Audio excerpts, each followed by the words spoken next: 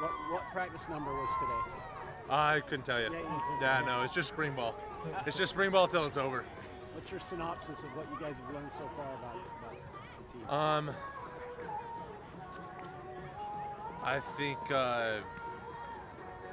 I think the biggest thing that at least defensively that we've learned in spring ball, I just have to say, getting the young guys reps and getting them experience. I would say we have a young defense for the most part, right? We have quite a few seniors who left us, guys that transferred in that were kind of one-year guys.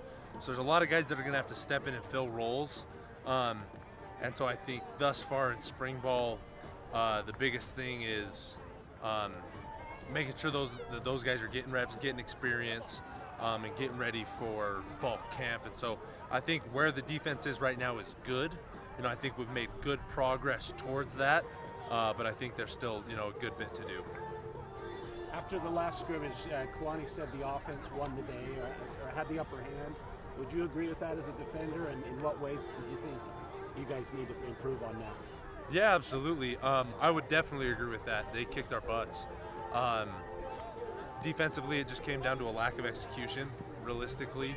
If all 11 guys do their job, we win.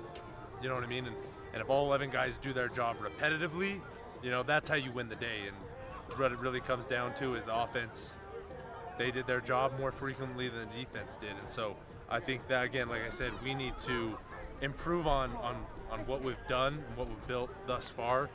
The biggest thing is building consistency as a defensive unit and just play in, play out. I think we saw a little bit of that last year in the fall. At some points it looked like we had a phenomenal defense on the field, and then, other games or other situations throughout the game, we kind of crumbled a little bit. So that's a big thing we're working on as a defense, is just that consistency. Tyler, you had options. When your decision to come back, and now that you're here, how excited are you to just give it one last go? Yeah, no, when I decided to come back, that was a tough decision.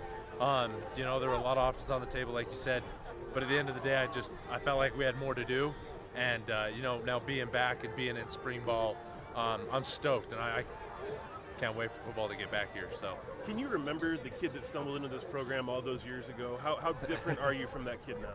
I would say massively, and I owe a lot of that to former players and former leaders on the team, coaching staff, the old defensive staff and the new defensive staff, I think have just helped me to get to where I am today. And so it's been a journey, man, but we got one more season, so I'm really looking forward to it.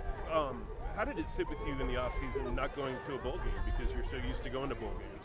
Yeah, not good. And honestly, we're still in that off season, if you will, and so that's something that we think about every day. The guys that have returned, it's something that we honestly think about every day, and just the way things panned out last season wasn't how we wanted them to. So Ben Bywater had options too. He decided to come back. How great is it to have a good friend and a fellow leader close by, and how excited are you guys just to see what you can do?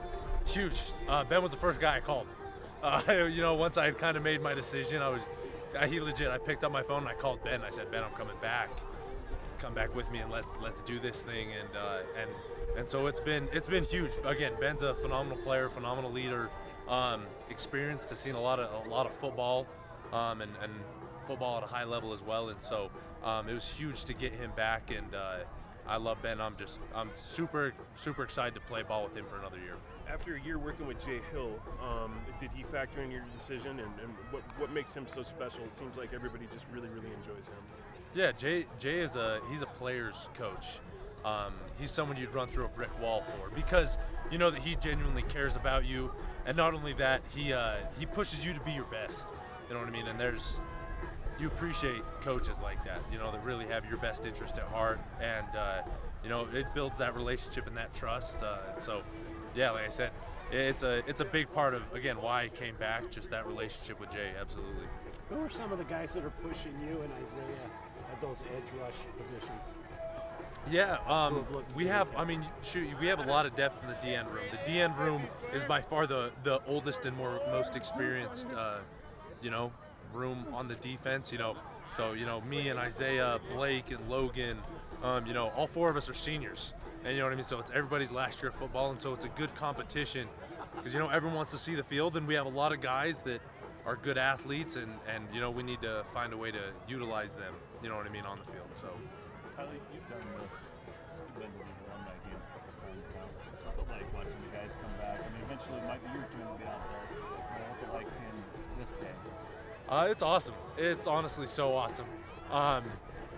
Yeah, we have a lot of great alumni at BYU and a lot of phenomenal former players that have came through, and you know, some went on to league and, you know, now come back, and you know, and it's honestly so fun, and you know, when the day comes, you know, I'll come back and rock out and hopefully don't tear anything, you know, like some of these guys. That's what I say. I was asking people today, you know, what's the over and under on pulled hamstrings, you know, 5 or more. So I guess we'll find out. I wanted to ask you about some of the younger guys, like Ethan Asiata. You've seen them in the spring ball. What have they brought to the team? Yeah, that's what, like I said before, we have a lot of young guys. I would say it's a very young team overall and a very young defense, and so it's young, but it's also awesome because those guys, 1, bring a lot of juice, 2, bring a lot of talent, and 3, a lot of energy. Right? Those are guys that they want to play.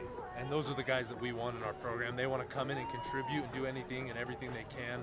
And so, yeah, it's huge to have those guys in. And it's also awesome because we do have some older leaders on the team that are able to, you know, help coach those guys along and you know, kind of bring them up in the program. So it's a really good balance. How much better prepare you guys for Big 12 play this year versus what last year was for them? We're going to be a lot more prepared. Absolutely. You know, I think last year we were prepared in a lot of ways. I think we came up short a couple times in just execution.